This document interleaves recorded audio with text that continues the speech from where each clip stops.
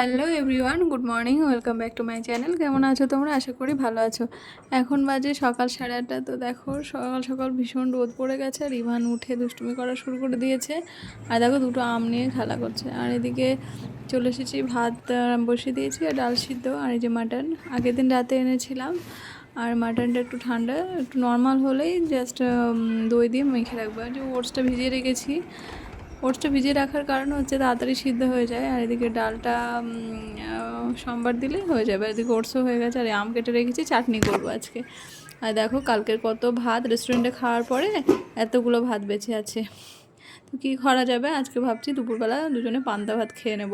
আর এই যে আমি একটু ওটস খেয়ে নিয়েছি, কারণ যেহেতু ওটস ভেজানো হয়ে গেছিলো, সেই জন্য আর খালি পেটে পান্তা খেলে আমার আরও গ্যাস হবে। সেই জন্য একটু হালকা করে ওটস খেয়ে নিয়েছি, তারপরে পান্তা ভাতটা খাবো।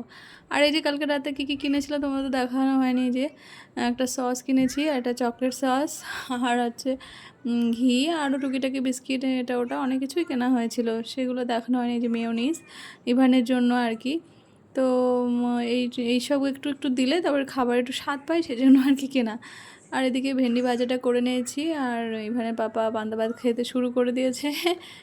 আর সেই যেটা বেঁচে ছিল ক্রিসপি চিকেন যেটা ছিল, তো সেটা দিয়েই আজকে ও পান্তা ভাত খাবে। পেঁয়াজ কেটে দিয়েছি আর ভেন্ডি ভাজা দিয়েই খেয়ে নিল।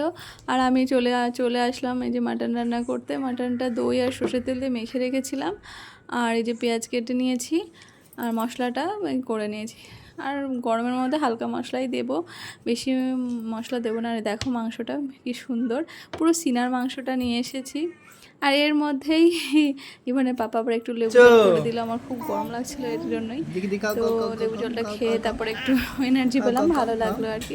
আর এদিকে আবার দেখো 2 বছর বাচ্চা নাকি আইসক্রিম খায়। আইসক্রিম আনতে হলো। 2 বছর বাচ্চা আইসক্রিম খায়, আইসক্রিম করে বলে আমি খাই, তাই না? তারপরে একটু চুপ হলো। আমি আমার নাম যাই হোক, দুষ্টু আমাদের ইভান। যেমন গরম লাগে বাচ্চাদেরও ভীষণ গরম লাগে। আমাকে তো দাও, কি আর আমাকে করা দাও, যাবে। দাও। আমাদের ইভান সবাইকে দিয়ে ও খায়, আইসক্রিমটা খেতে চাইলেই খেতে দেয়, তাই আমি না? চাই রান্নাটা বসিয়ে দিই, না তো আরও দেরি হয়ে যাবে। এই যে চলে এসেছি রান্না করতে। আর পেঁয়াজ টমেটো মশলা দিয়ে সব কষিয়ে নিয়েছি, তারপরে মাংসটা দিয়েছি। মাংসটা সিটি পড়তে না পড়তে আমি এবার এখানে ভাবলাম এখন একটু ভাতটা খেয়ে নিই। এখন প্রায় 12:30 বেজে গেছে, দুপুরে লাঞ্চ কখন করবো জানি না, কিন্তু ভাতটা নষ্ট হবে এই জন্য খেয়ে নিচ্ছি। আর এদিকে আলুটা সিদ্ধ করছিলাম, দেখালাম।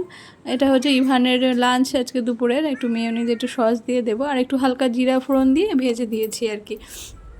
যাই হোক দেখি খাই কি না, কারণ ওর স্বাদ ছাড়া একদমই খেতে চায় না। আর ভাত এখন তো বলেছি মুখেই দেয় না, সেই জন্য যদি একটু আলু একটু স্পাইসি করে ভেজে দিলে তো একটু খায়।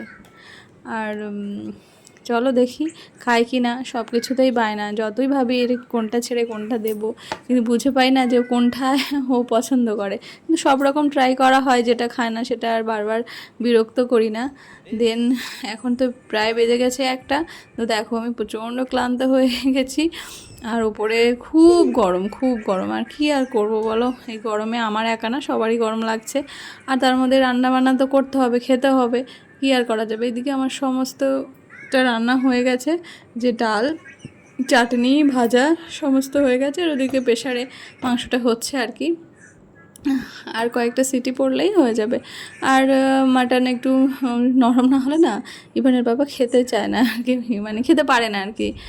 তো যাই হোক ইভানকে ওটা দিয়ে দিলাম। আর এই দেখো মাংসের কালারটা কেমন এসেছে, সুন্দর না? এরকম লাল লাল কালার হলে ইভানের পাপার আর কিছু লাগে না। ও মাটন ভীষণ পছন্দ করে, অন্য কোনো খাবারের থেকে মাটন ভীষণ পছন্দ করে। আমার যেমন চিকেন পছন্দ, ওর আবার মাটন বেশি পছন্দ। আমি মাটন খেলেও 1 পিসের বেশি খেতে পারি না, কারণ খুব তেলাত্ম তো খেতে পারি না, এর কারণেই। দেখো চাটনি, গরমে একটু চাটনি হলে আর কি লাগে, তাই না? আমার তো টক ডাল হলেই আর কিছুই লাগে না। তো যাই হোক, আমার তো এমনি পেট ভরা, তাও খেতে চলে এসেছি। ইভানের বাবা লাল লাল ঝোল দেখে ওর খিদে পেয়ে গেছে, ওর তাড়াতাড়ি চলো খাবো খাবো। এবার আমি তো খেয়েছি দুপুরবেলা পান্তা ভাত, সেই জন্য আর খিদে নেই, কিন্তু ওর জন্য বসতে হলো, কারণ ও আবার আমাকে ছাড়া খাবে না, সেই জন্যই। তো দেন চলে এসেছি খেতে। তো দেখো কালারটা এত সুন্দর হয়েছে, আমার নিজেরই ভালো লাগছে দেখতে যে এত সুন্দর হয়েছে। তো ও আজকে ভালো করে খেতে পারবে। তো যাই হোক, কষ্ট করে আনাটা সার্থক হয়েছে। একটু ভালো করে রান্না করেছি মন থেকে, যতই গরম লাগুক, কারণ ইভানের পাপা এই মাংসটা ভালো খায়, আর সেই জন্য একটু ভালো করেই রান্না করেছি যাতে ও তৃপ্তি করে একটু খেতে পারে। আর দুপুরবেলা তেমন একটা বাড়ি থাকে না, খাওয়া হয় না একসঙ্গে বসে, তো ও খেয়েছিল আর আমার তো পেটটা ভরা ছিল, তো আমি কোনো রকম আর কি এক পিস দিয়ে খেয়েছিলাম। তারপরে দুপুরে রেস্ট করার পরে এই যে বিকালবেলা জামা প্যান্ট তুলতে এসেছি বাইরে। আর তারপরে সন্ধ্যাবেলা আমার মহারাজা আছে, মহারাজার জন্য এই যে টিফিন বানাচ্ছি ডিম দিয়ে আলু দিয়ে, আর একটু ময়দা দিয়েছিলাম, দিয়ে সেটা দিয়ে হালকা হালকা করে টিফিন করে দিচ্ছি। এটাও সন্ধ্যাবেলা খাবে। আর দেন তারপরে আমরা একটু চা খেলাম দুজনে, চা না খেলে তো এনার্জি পাই না আর কি। যাই হোক, এই যে চা খেলাম আর তারপরে গেলাম কাচাকুচি করতে, কারণ দুপুরবেলা এত রোদ ছিল, দেখো জামা প্যান্ট ভেজানো ছিল, কাচতে পারিনি, তো ভাবলাম রাত্রেবেলায় কাচবো, কেচে নিচ্ছি। কাঁচা কুচি দুপুরবেলা এত গরম থাকে, মানে এখানটায় আসা যায় না, সেই জন্য ভাবলাম যে সন্ধ্যাবেলা যখন স্নান করব তারপরে কাচবো। তারপরে কাচাকুচি করে আমি একবার স্নান করে এসেছিলাম। তারপরে এখন বাজে প্রায় 9:30। ইভানের পাপা বললো যে আমার আর ভাত খেতে ইচ্ছা করছে না, এখনও হজম হয়নি, তুমি কয়েকটা রুটি করো খাই। তারপরে কয়েকটা রুটি করেছি। আর এই যে দুপুরের একটু ঝোল বেঁচেছিল, তো আমি যেটা খাইনি সেই এক পিস আছে, সেটা আমরা ভাবলাম ভালো করে এত খেয়ে নেবো আর কি। তো দেখো এখনও মানে এত সুন্দর লাগছে কালারটা। আর আর একটু আলু তরকারি করেছিলাম, আর বেশি করে করেছি, ইভানের পাপা আবার সকালবেলা টিফিন নিয়ে যাবে, তার জন্য। তো চলো আজকের ব্লগটা এখানে এন্ড করছি, তোমরা ভালো থেকো, গুড নাইট, টাটা।